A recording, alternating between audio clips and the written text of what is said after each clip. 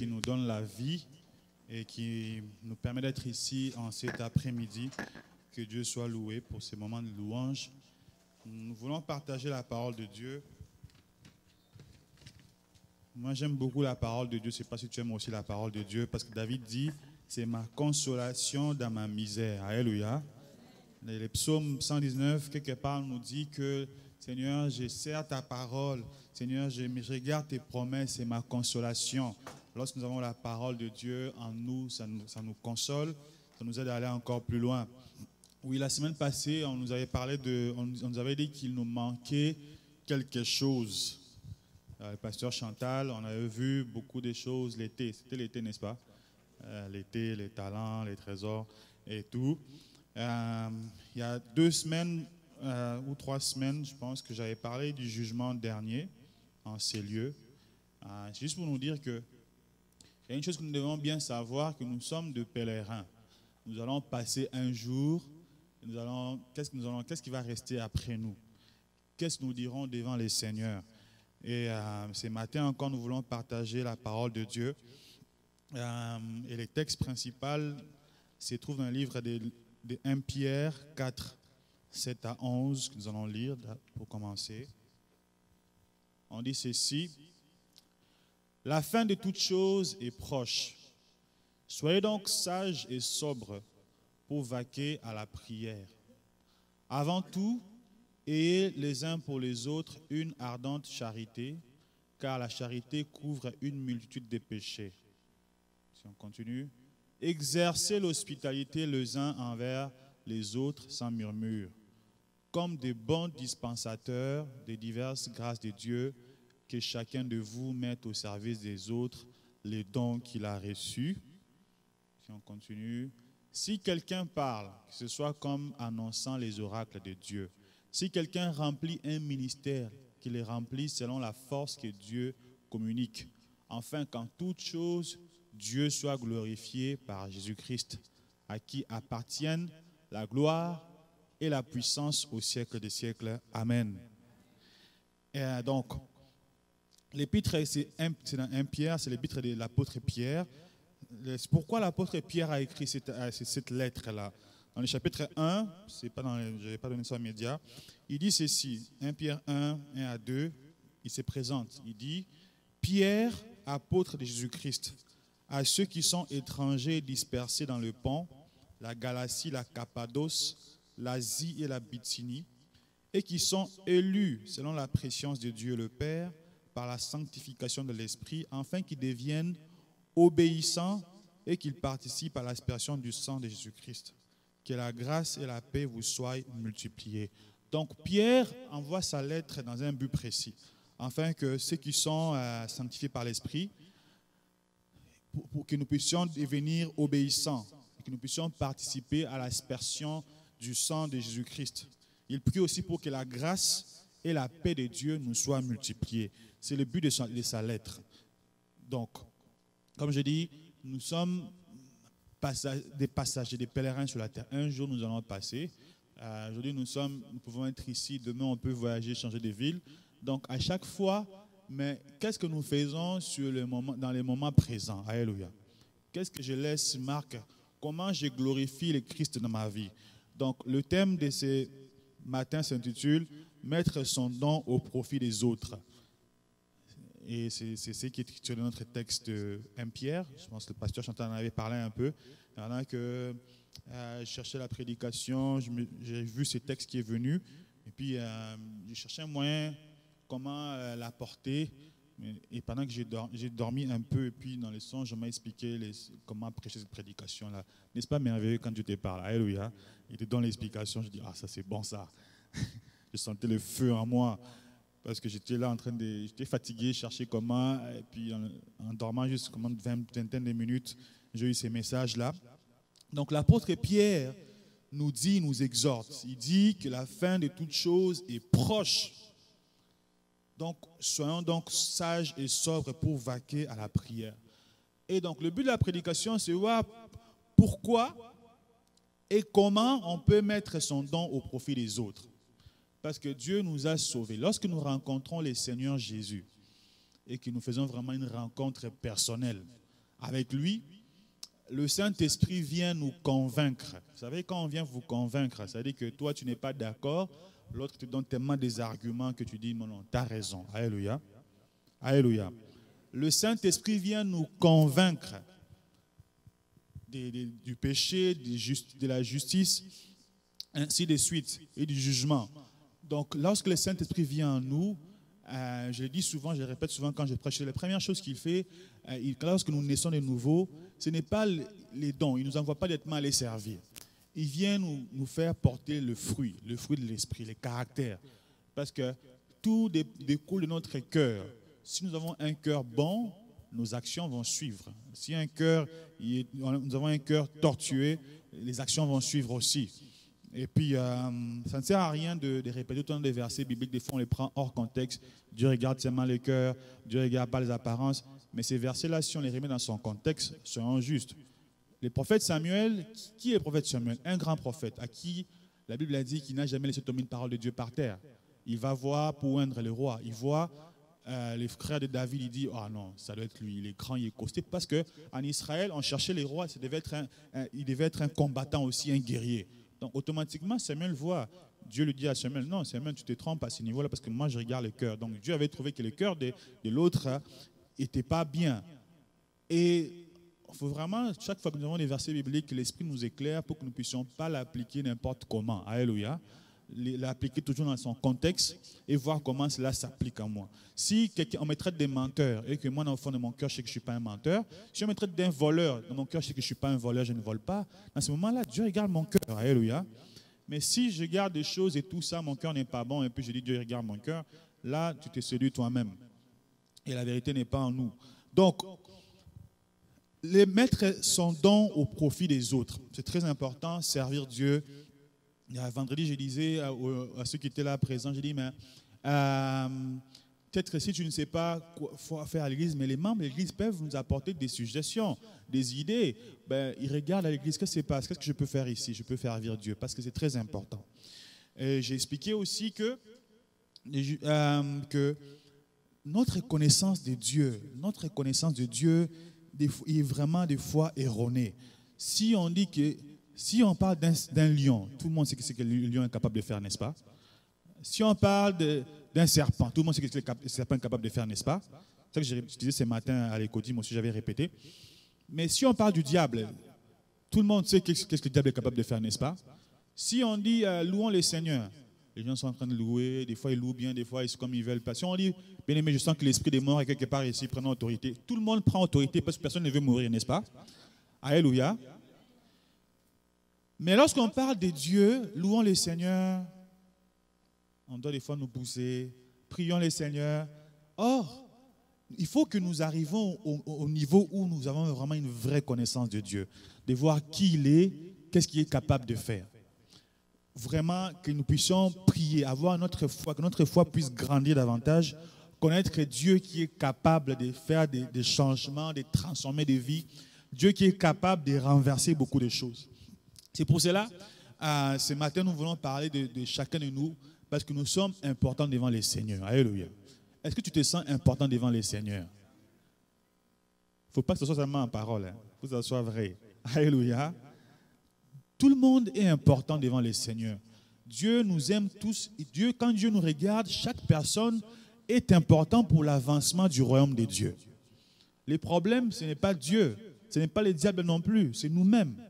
Comment nous nous voyons? Est-ce que nous nous voyons comme des sauterelles par rapport à la charge que Dieu nous donne? Lorsque je n'ai prêché, une fois j'étais allé, quand j'étais encore plus jeune, j'ai grandissé, j'étais allé dans une conférence de louanges et tout ça, et je voyais les modérateurs, comment ils faisaient. Je disais, wow, comment ce gars-là il fait? Un jour, j'aimerais vraiment faire ça. Et puis, quelques années après, le pasteur de cette église-là m'a appelé, est-ce que tu veux venir animer la louange? J'étais vraiment à la plage, j'étais comme, wow, je l'ai fait. Mais j'avais ce désir-là, alléluia. Est-ce que nous désirons vraiment servir Dieu? Si nous le désirons, mais avec quelle ambition aussi? Parce que dans chaque chose que nous faisons pour le Seigneur, c'est dans le but de faire avancer le royaume de Dieu, l'œuvre de Dieu. Comme je dis, nous sommes des passagers. Un jour, nous allons partir, un jour, nous allons mourir, un jour, des fois, j'imagine quand je serai vieux. Sérieusement, je n'ai pas envie de devenir vieux. Je veux que le Seigneur revienne. Je vois les personnes âgées que je sers des fois au travail, mon Dieu, c'est pénible, 80 ans, tu es fatigué. J'ai servi une madame la dernière fois, elle avait 103 ans. J'ai regardé sa carte, j'ai dit, est-ce que j'ai regardé 1906 comme, j'ai pris la carte que j'ai calculée, j'ai dit, mais non, mais 103 ans. Elle est assise sur une chaise et puis elle parlait un peu, je dis, waouh, c'est quelque chose. J'ai servi monsieur 94 et il me disait, je ne sais pas si je vais vivre demain. Donc lui, il ne sait pas si demain, il va vivre. Donc, nous sommes des passagers, chaque jour, chaque seconde, c'est important pour nous. C'est pas l'apôtre Pierre nous dit, nous devons vraiment comprendre que la fin de toute chose est proche.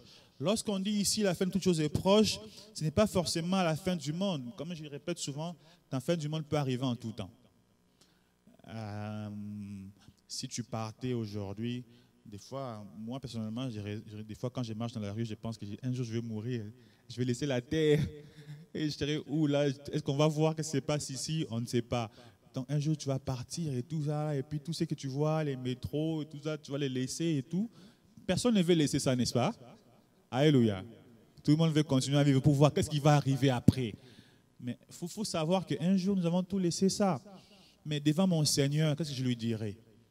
Qu'est-ce que je ferai devant mon Seigneur? Je dirai, Seigneur, sur la terre, je fais ceci pour toi et pour ainsi cela. Et pour cela, c'est très important. Si nous revenons à notre texte, l'apôtre Pierre nous dit que la fin de toute chose est proche.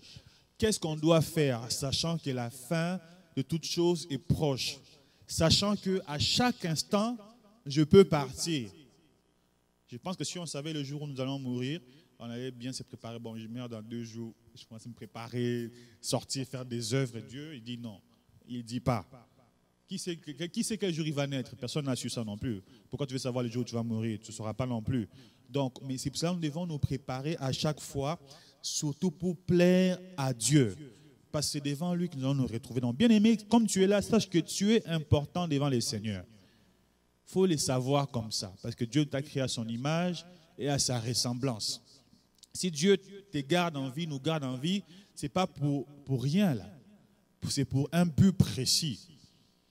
Donc l'apôtre Pierre dit, la fin de toute chose est proche, soyez sages et sobres pour vaquer à la prière. Lorsque l'apôtre Pierre dit que nous devons être sages et sobres, cela veut dire quoi? Nous devons exercer un contrôle sur nous-mêmes, afin que les désirs de la chair ne viennent pas nous distraire. C'est ça que c'est dit dans les textes originaux. Afin que toutes les distractions ne viennent pas nous distraire. Alléluia. Toi-même, tu sais. Donc, le premier point, c'est l'attitude à adopter pour mettre son don au profit des autres. Donc, le thème, c'est de mettre son don au profit des autres. Comment je fais pour mettre mon don au profit des autres? Donc, premier élément, c'est l'attitude à adopter que Pierre nous dit. Donc, je dois exercer le contrôle. C'est pour ça que je dis que lorsqu'on est des nouveaux, le Saint-Esprit vient, il nous fait porter les fruits de l'Esprit. Le fruit de l'Esprit vient faire un brisement en nous, dans les caractères, dans les comportements, dans toutes ces choses-là. Ça nous brise. On marche vers l'humilité, on change. Les cœurs se transforment au fur et à mesure. Le changement, c'est un processus, ça peut prendre des années, mais il faut vouloir ces changements-là et ces processus-là. Et lorsque nous ne laissons plus ces choses-là dominer sur nous, on dit soyez sobres et sages, parce que lorsque nous sommes sages, ça démontre que nous craignons Dieu, parce que la crainte de l'Éternel, c'est le commencement de la sagesse. Alléluia. La crainte de l'Éternel, ce n'est même pas la sagesse, c'est juste le commencement de la sagesse. Ça nous apprend maintenant comment nous devons nous comporter dans le monde et surtout dans le royaume de Dieu. Parce que toi et moi, nous avons des dons. Et Dieu veut nous utiliser pour son œuvre. Maintenant, quitte à nous, d'abord, d'avoir une attitude qu'il faut. Et c'est le monde qui vient nous distraire, le diable vient aussi, mais nous aussi, nous sommes responsables d'avoir le contrôle sur nous-mêmes. Alléluia. Alléluia. Et lorsque nous allons être sages, nous serons sobres, lorsque nous allons exercer un contrôle sur nous-mêmes, lorsque nous allons contrôler tous ces éléments qui nous empêchent à aller plus loin, c'est à ce moment-là que nous serons vraiment bien disposés pour vaquer à la prière. Alléluia. À ce moment-là que nous pouvons être bien disposés pour parler à Dieu. Parce que la prière, c'est parler à Dieu, c'est communiquer avec Dieu, tu parles avec les seigneurs, tu parles, il te répond, vous parlez, vous communiquez et tout ça. Parce que je ne peux pas faire l'œuvre de Dieu si je ne parle pas avec Dieu. Sinon, je vais le faire à ma manière, à moi, avec mes pensées. Vous connaissez Uza? Donc, on va le faire à la manière de Uza et puis on va tomber. Parce que Uza, l'arche voulait tomber, lui, il avait une bonne intention. Il a dit non, l'arche ne peut pas tomber, mais ce n'était pas à lui d'aller toucher l'arche et tout ça. Quand il est parti, on l'a frappé et tout. Donc, l'attitude à adopter, c'est ça, c'est être sobre, de laisser le Saint-Esprit prendre plus de place, de nous permettre. Parce que la Bible parle quand il parle, la Bible parle du temps, il parle de deux choses. Il parle du chronos et du kéros. Lorsqu'on parle du chronos, comme le chrono, la montre est là, ça c'est les jours, les heures, le calendrier et tout ça. Tous les chronos, Dieu est le maître de tout ça. Alléluia. Et lorsque la Bible parle du kéros, c'est les moments favorables. C'est les bons moments. Donc il faut que tu puisses bien gérer ton chronos, les temps que tu as là. Lundi, mardi, mercredi, jeudi, 12h, 13h. Il faut bien gérer ça. Parce que le jour où Dieu, dans son kéros, il va venir te visiter, que tu sois prêt pour faire ce que Dieu te demande de faire. Alléluia. Si tu veux être un chef, je ne sais pas, dans une entreprise, mais toi, tu ne suis aucune formation. Le jour où on va te nommer comme ça, tu vas être là, mais tu vas pas traîner.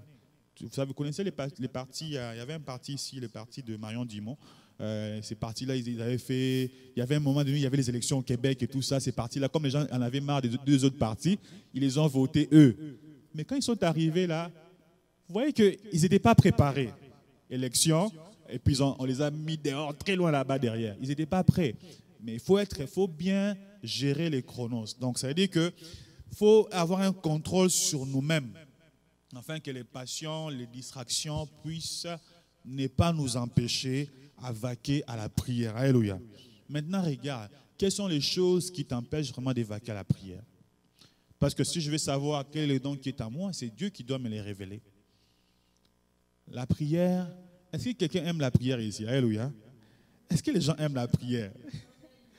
Parce que si c'est les moyens par lesquels Jésus-Christ, tout ce que vous demanderez à mon nom, par la prière, il a dit tout. C'est les moyens par lesquels on doit obtenir, mais les gens n'aiment pas ces moyens-là. Alléluia. On veut escalader la muraille. Mais attention, on peut appeler au voleur. Alléluia. On peut te fusiller aux États-Unis, par exemple, parce que tu rentres chez les gens comme ça, ils peuvent te tuer et puis dire violation de domicile. Donc, si tu rentres, tu veux sauter, la prière, pourquoi on n'aime pas la prière? Parce qu'on ne crée pas les conditions pour prier aussi. Alléluia.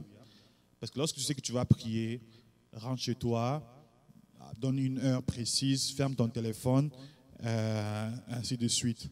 J'avais dit à quelqu'un, j'ai parlé à quelqu'un, je lui ai dit, mais ok, mais tu es fatigué, va dormir et tout ça. Il a dit, oui, je ferme le téléphone. Je lui ai dit, ferme le téléphone, va dormir. Il dit, mais dès que je suis monté sur l'île, le téléphone a commencé à sonner et puis les messages, j'ai commencé à répondre. Je lui ai dit, mais tu ne voulais pas dormir en fait, parce que si tu voulais vraiment dormir, tu allais éteindre ton téléphone, mets ça de côté et puis tu réponds. Donc, l'attitude à adopter, si nous voulons mettre les dons au profit des autres, c'est d'abord de laisser le fruit de l'esprit grandir en nous. Et c'est dans le fruit de l'esprit que nous avons la maîtrise de soi, la tempérance, toutes ces choses-là. Nous serons disposés à parler à Dieu. Et nous serons disposés à aimer la prière. La prière, c'est un exercice spirituel aussi. Alléluia. C'est normal. Physiquement, comme ça, prier Dieu, comme je le répète souvent, tu fermes tes yeux et puis tu commences à dire, Seigneur, tu ne les vois pas. Humainement, tu trouves ça difficile. À un moment donné, tu ouvres les yeux. Ok, j'ai prié combien de minutes? 5 minutes. Ok. 5 minutes semble énorme.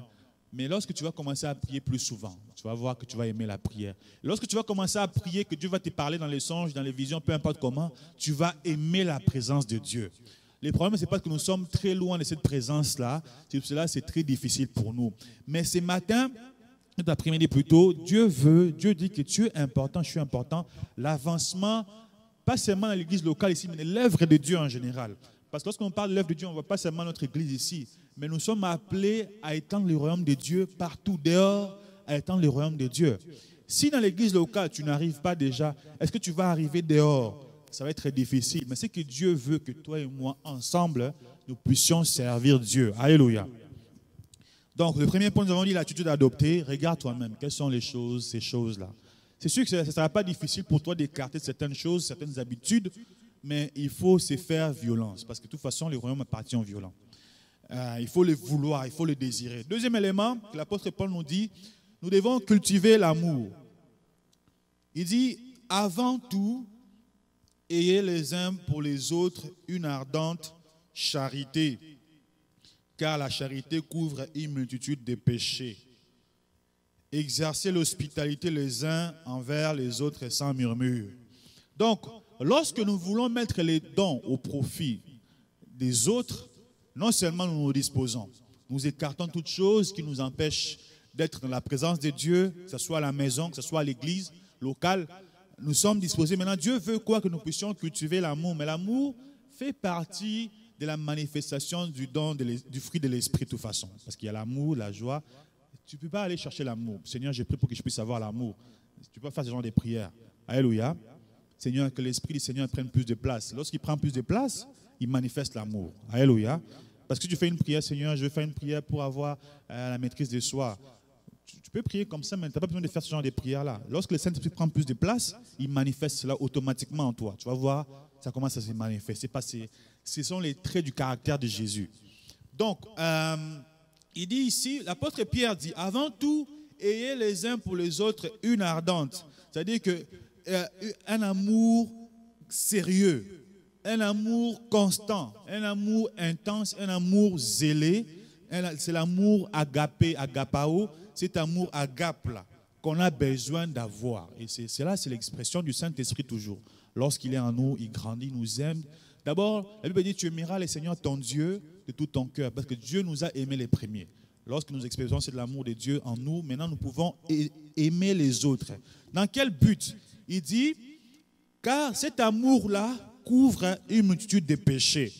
Comment l'amour couvre une multitude de péchés? Lorsque nous sommes disposés, lorsque nous vaquons à la prière, alléluia, lorsque nous vaquons à la prière, lorsque nous sommes disposés à servir Dieu, lorsque nous voulons cultiver l'amour, vous savez, dans les jardins, on vient cultiver les jardins. Si tu laisses les jardins comme ça va sécher. Et puis, si tu ne cultives pas, ça va se détruire.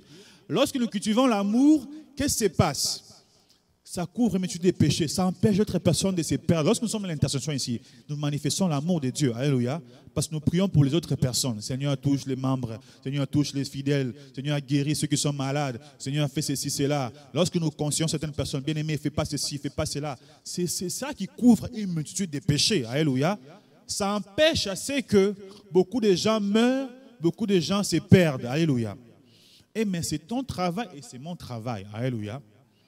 Alléluia. C'est lorsque nous mettons notre don au profit des autres. Lorsque nous sommes présents là où Dieu veut que nous puissions être. Donc, on dit, c'est prier pour les autres. C'est visiter pour les autres. Nous allons entrer dans le troisième point vraiment bientôt, dans comment mettre son don dans le service des autres. Pourquoi? Nous allons voir aussi quelques dons. Qu'est-ce qu'on peut faire à l'église? Qu'est-ce qu'on peut faire dans le royaume de Dieu? Donc, on dit aussi exercer l'hospitalité. Exercer. Il faut qu'on puisse faire l'exercice. Alléluia.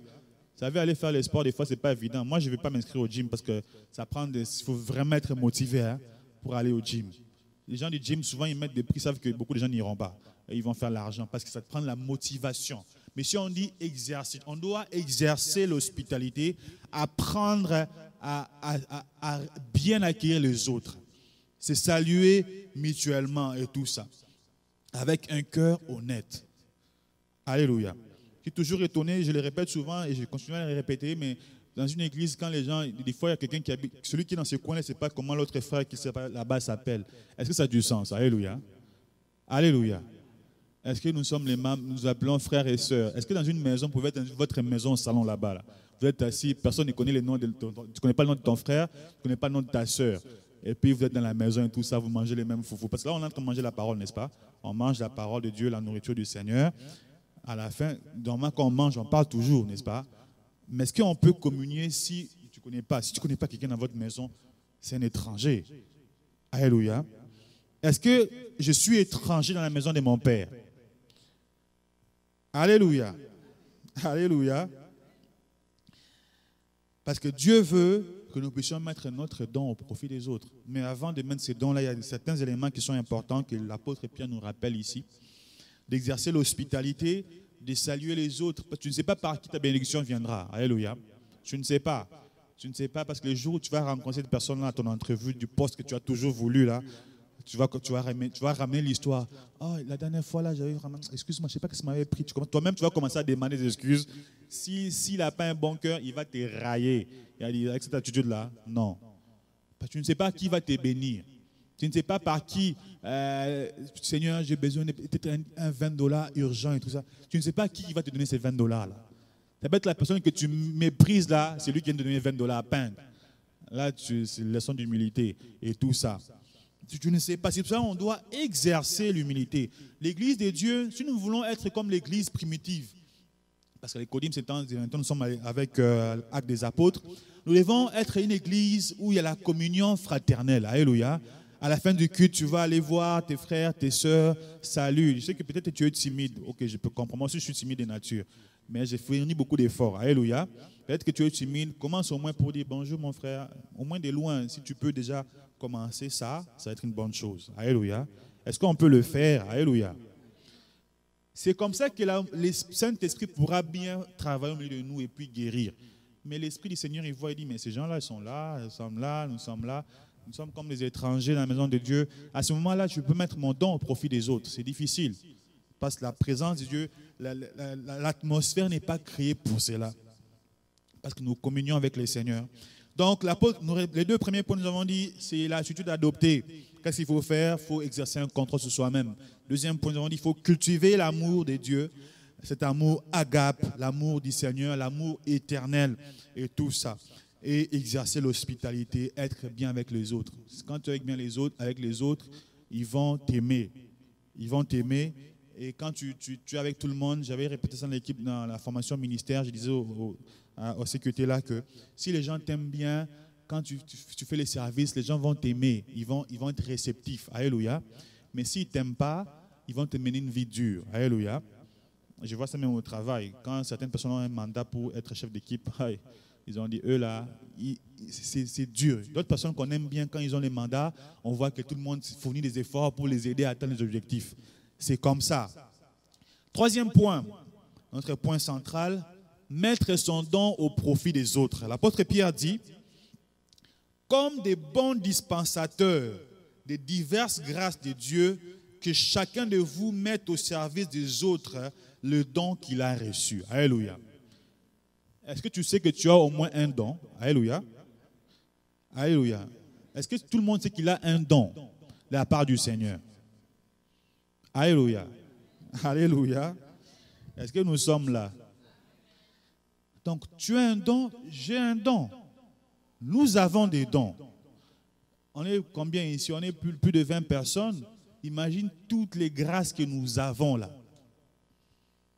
On fait quoi avec? Alléluia. Alléluia. Les dons que tu as là, nous sommes rendus déjà au mois de juillet. L'année tend vers la fin. Le thème de cette année, c'était quoi?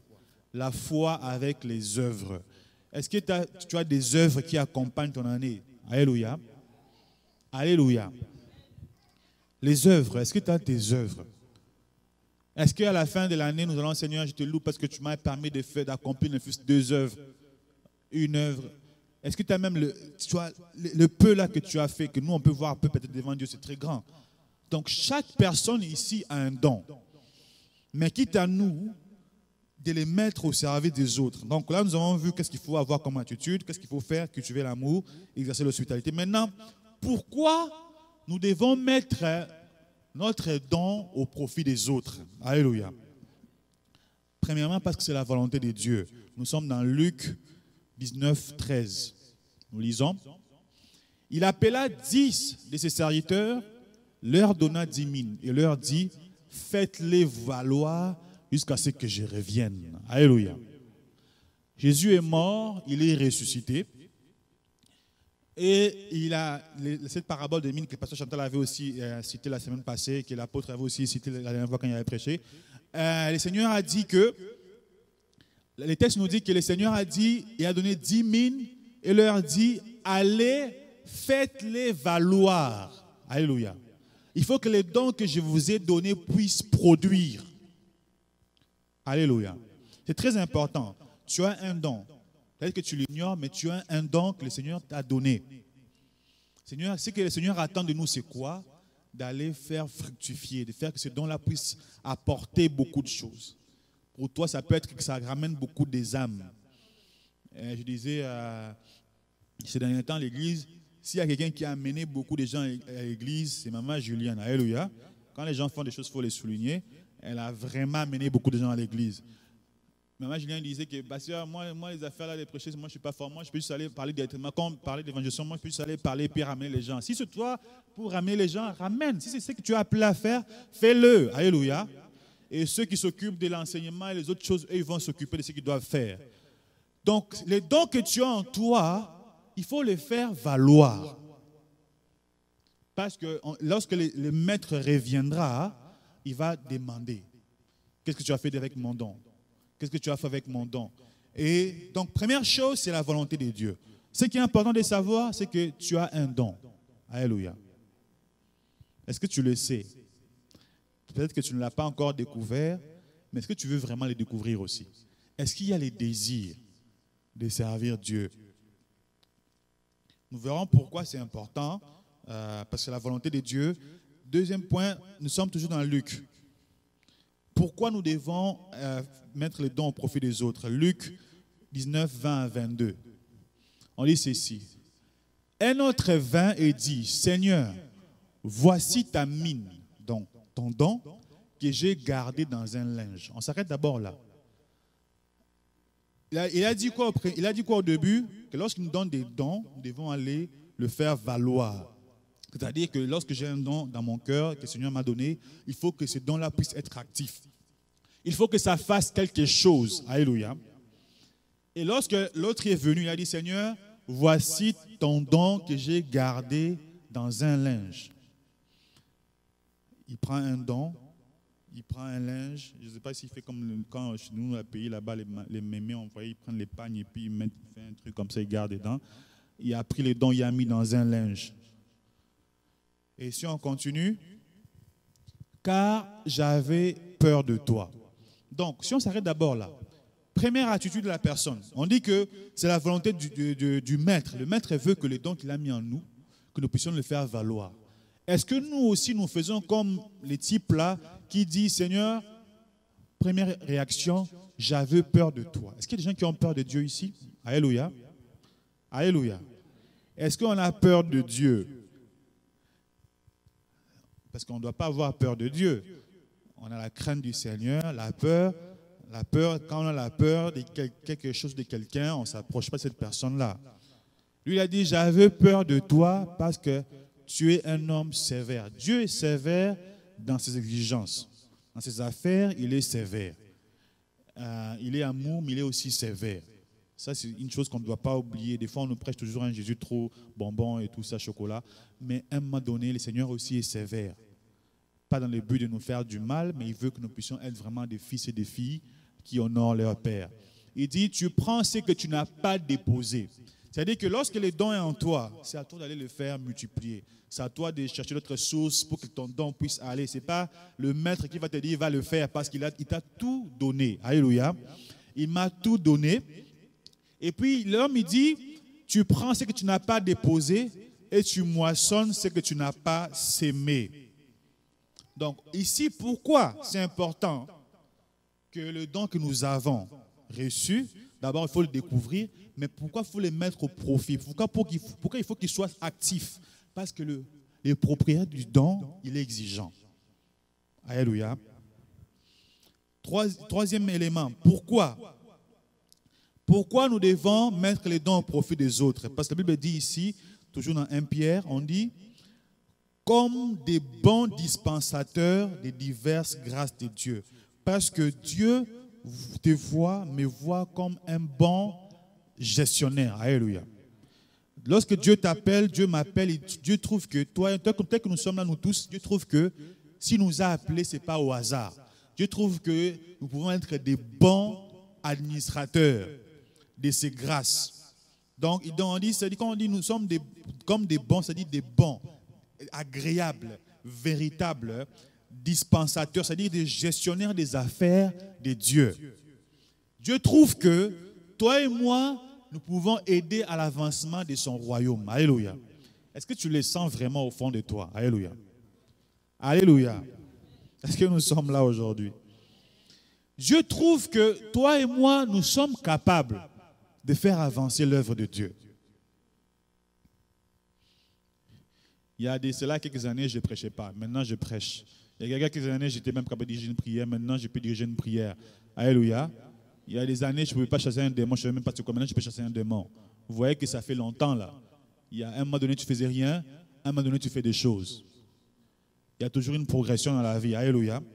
Donc, comme toi et moi, aujourd'hui, Dieu nous rappelle que Dieu trouve que toi et moi, nous pouvons être des bons gestionnaires de ces diverses grâces. Parce que nous sommes la source de joie, de bénédiction. C'est par nous que Dieu veut passer pour atteindre les autres, pour atteindre les perdus et tout ça qui sont dehors. C'est par toi que Dieu veut passer, bien-aimé. Alléluia. Mais il faut que tu sois conscient que Dieu t'a appelé et que tu dois mettre ce don que Dieu a mis en toi au profit des autres. Pourquoi nous devons mettre les dons au profit des autres? Hébreux 11, 6, si nous lisons. On dit, or sans la foi, il est impossible de lui être agréable, car il faut que celui qui s'approche de Dieu croit que Dieu existe. Est-ce que tu crois que Dieu existe?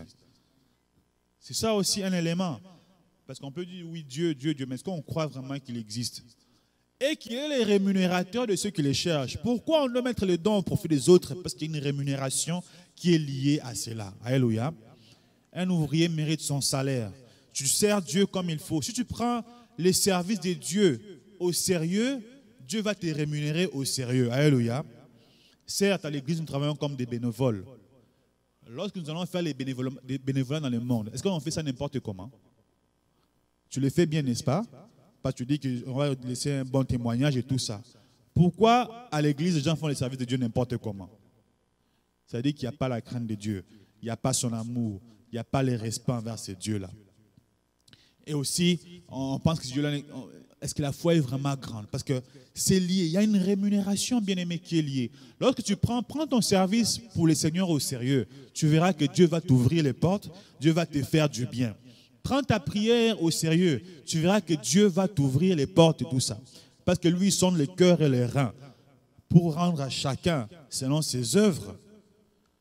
Les dons que Dieu a mis en toi, là, prends-les au sérieux, cherche à les faire valoir. C'est à ce moment-là que tu vas voir que tu seras chez toi, on te bénira. Tu marcheras, tes portes s'ouvriront. Et beaucoup de choses. Parce qu'il y a une rémunération qui est liée. Non seulement sur le plan matériel, physique ou financier, mais spirituellement aussi. Je l'ai dit souvent ici. La délivrance, les gens veulent avoir des délivrances, veulent couper des liens, machin, truc. Mais bien aimé, même si on prie pour toi, on coupe des liens maintenant là. Si tu ne pries pas, les liens vont te suivre. Alléluia. Parce que qu'est-ce qui t'empêche? Il y a des délivrances qu'on va juste obtenir lorsque nous servons Dieu. Lorsque tu sers Dieu, tu vas recevoir la délivrance. Pourquoi? Alléluia. Pourquoi tu vas recevoir la délivrance? Parce que lorsque tu sers Dieu, tu vas faire quoi? Tu vas être plus proche de Dieu, n'est-ce pas? Quand tu es proche de Dieu, qu'est-ce qui va se passer? Sa présence va être en toi, n'est-ce pas? Tu seras proche de lui. Et quand tu es proche de Dieu, qu'est-ce qui se passe? L'ennemi ne vient pas te toucher. Automatiquement, tout ce qui a été dit sur toi n'a pas d'effet. Ça ne sert à rien d'aller chercher la délivrance et tout ça, gauche-droite et tout ça. Sers Dieu. Sers Dieu. Quel est ce bon patron qui peut laisser que ses serviteurs soient comme négligés et tout ça, et puis tout le monde parle de leurs serviteurs, il maltraite ses serviteurs, il maltraite ses employés. Dieu n'aime pas qu'on blague avec son nom. Alléluia. Il est jaloux à cause de son nom et il fait toutes choses à cause de son nom. Donc, pourquoi on doit mettre les dons au service des autres? C'est parce qu'il y a une rémunération, il y a un prix qui est attaché à cela. Mais ça nous demande d'être sérieux dans l'œuvre de Dieu. Servir Dieu. Maintenant, le point B de ce troisième, là nous étions au point A, c'était pourquoi. Comment? Nous sommes dans Luc 19, 23. On dit, pourquoi donc n'as-tu pas mis mon argent dans une banque afin qu'à mon retour, je le retirasse avec intérêt? Le don que tu as. D'ailleurs, vous allez remarquer, même quand tu ouvres un compte bancaire, au début, les banquiers veulent te rencontrer, n'est-ce pas? Ils vont te donner des idées, des projets, tout ça, investis ceci, investis cela. Donc, même quand tu ne vois pas les dons qui sont en toi, mais tu sais que la parole de Dieu dit que tu as un don, va voir les banquiers, va voir les serviteurs ou les servantes de Dieu. Lui, j'aimerais bien servir Dieu, je ne sais pas comment le faire. Alléluia. Tu viens voir les serviteurs de Dieu, et les serviteurs de Dieu qui sont des banquiers de Dieu vont t'orienter. Ou prie toi-même, Seigneur, montre-moi qu'est-ce que je peux faire. Comment je mets mon don au profit des autres? Il y a beaucoup de choses qu'on peut faire à l'église du Seigneur. Et on peut avoir, à part ceux qui sont appelés, les pasteurs, les prophètes, les évangélistes et tout ça. La Bible nous parle de ceux qui ont les dons de libéralité, donnés, les dons d'hospitalité. Tu peux aller visiter les malades. Tu dis, moi j'aimerais qu'on puisse avoir un comité à l'église où on va visiter les malades. Alléluia. Où on les apporte un rien. Vous venez, on prie pour vous. Chaque samedi, vous vous rencontrez, vous allez visiter les malades. Alléluia. Est-ce que c'est les pasteurs qui doivent tout faire? On est là-bas, allez visiter les malades. On est là-bas, allez là-bas. Si les pasteurs font la dépression, ils vont dire que je pense que le pasteur ne prie pas très fort ces derniers temps. Non, il est fatigué. Alléluia. Donc, il y a beaucoup de choses qu'on peut faire. On peut faire un comité, des visites, où on va aller visiter chaque famille de l'église. On n'a pas besoin toujours d'attendre que le comité, le département des dames et l'action sociale puisse prévoir tel rendez-vous. Vous aussi, en attendant, vous pouvez dire, mais on est disponible. Ça peut aider aussi. Alléluia. Il y a beaucoup de choses. Il y a plein de choses qu'on peut faire à l'église. Bon, on peut nettoyer. Beaucoup de gens n'aiment pas beaucoup nettoyer. Ça, c'est le travail que tout le monde laisse. Bon, je n'aime pas nettoyer. On peut faire de la maintenance. On peut aider à chaque fois que les enfants sont là. On peut, je sais pas, apporter des choses pour les enfants. Donc, il y a plein de choses qu'on peut faire à l'église. On peut, moi j'ai envie de prier pour les pasteurs. On a besoin de prières. Nous seulement, on prie juste pour les pasteurs. Moi, j'ai juste prié pour les mamans. Tu peux te joindre à l'équipe d'évangélisation. J'ai toujours eu à cœur le désir d'aller évangéliser. Je ne sais pas. Quand on avait fait l'horaire des gens qui enseignent à l'écodim et tout ça, j'ai vu ma mère, je l'ai mis dans la liste des gens. Elle m'a dit, mais parce que chaque fois, j'ai toujours eu envie de prêcher, j'ai toujours eu envie d'exhorter. J'ai dit, mais ok, on va te mettre dans la liste. Quand tu as envie, on a vu des gens ici à l'écodim, des adultes, des gens qu'on ne pensait même pas qu'ils allaient, on se disait, mais on a vu les gens enseigner. Au début, c'était un peu difficile, on bégayait un peu. On a vu des gens ici, alléluia. Nous qui venons les matins, on a vu des gens ici qui sont capables, maintenant ils s'élèvent. Première fois, c'était comme, oui, allô, 1 Pierre. Il y avait 30 secondes avant d'aller à 2 Pierre. Maintenant, c'est rendu 1 Pierre, 2 Pierre, 3 Pierre. Alléluia. C'est en exerçant qu'on a la confiance. Alléluia. Ce n'est pas de la magie. Alléluia. C'est ça. Mais il faut commencer. Il faut commencer. Si il y a des gens, des fois, il y a des gens, les hommes d'affaires, souvent, eux, les chrétiens hommes d'affaires, des fois, ils n'ont pas le temps pour s'occuper d'un département d'évangélisation. Eux, ils donnent leur argent pour l'église. Il y a des choses, c'est notre façon, nous, de supporter les évangélistes, de supporter tout ça, là. Donc, il y a plein de choses qu'on peut faire à l'église. Si nous, on n'a rien, nos idées sont trop limitées, toi, tu peux nous proposer des idées. Alléluia. Alléluia. Des fois, tu as une voiture, tu es tout seul dans ta voiture. Tu peux aussi, ça peut être un ministère d'aller prendre ceux qui sont loin, qui sont à côté. Les matins, tu passes, tu les prends. Vous venez tous à l'église. Alléluia. Il y a plein de choses qu'on peut faire. Le Seigneur est glorifié. Quelqu'un qui voit le Seigneur, grâce à toi, quelqu'un est venu, il a adoré. Il y a une rémunération. Dieu va te rémunérer. Tu auras ta récompense. Moi, je parle souvent de ce que Dieu a fait dans ma vie. Des fois, je suis là comme ça, quelqu'un m'appelle et puis paf, j'ai quelque chose. Oh, wow, alléluia. Alléluia. Ça fait comme, c'est moi aussi, ça fait 2 fois. J'arrive comme ça le matin, un membre de l'église me dit, papa, je vais te rencontrer, pas pouf. Aujourd'hui encore, je suis rentré une bénédiction, papa, pouf. Alléluia. Et là, quand je rentre chez moi, imaginez comment j'ai pris. Alléluia. Et Seigneur, tu es le rémunérateur. Alléluia. Mais Dieu veut que toi aussi, tu puisses expérimenter cela. Alléluia.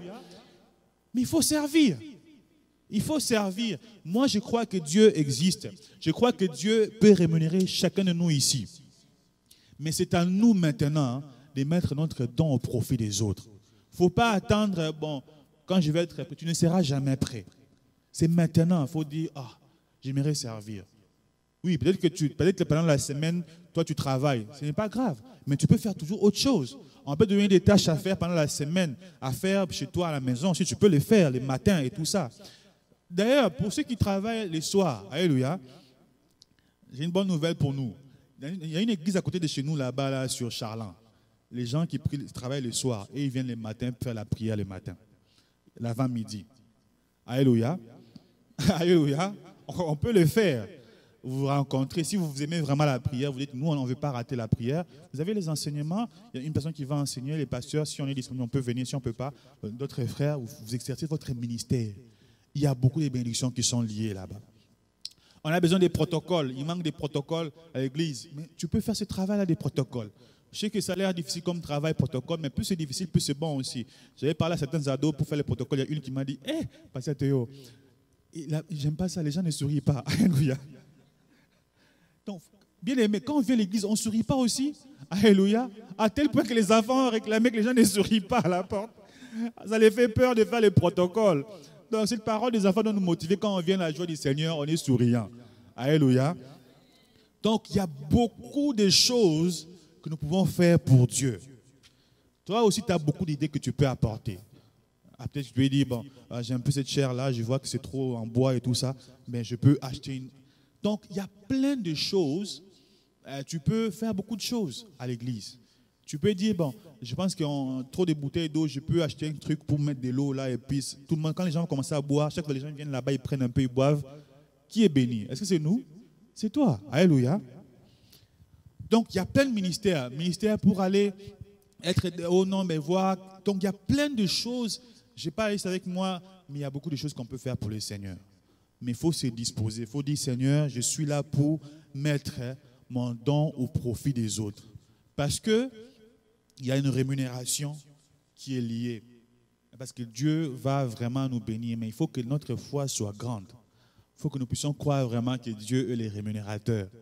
Parce que si nous croyons vraiment qu'il est le rémunérateur, en ce moment-là, nous irons, n'est-ce pas? N'est-ce pas que dans nos communautés, des fois, quand il y a eu oh non, mais je ne sais pas, moi, il y a tel travail que ça donne l'argent, tout le monde y va, n'est-ce pas?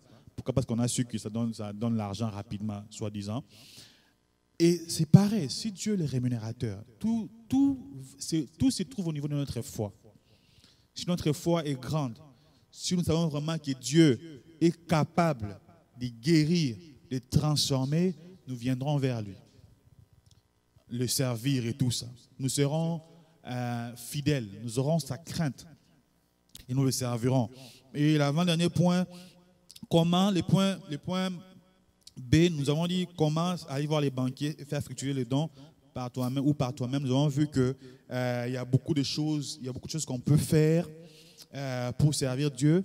L'apôtre Pierre dit toujours dans 1 Pierre 4, 11, il dit, si quelqu'un parle, que ce soit comme annonçant les oracles de Dieu.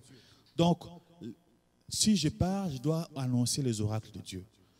La parole de Dieu doit dominer ma pensée. Mes paroles, Dieu doit être toujours au centre.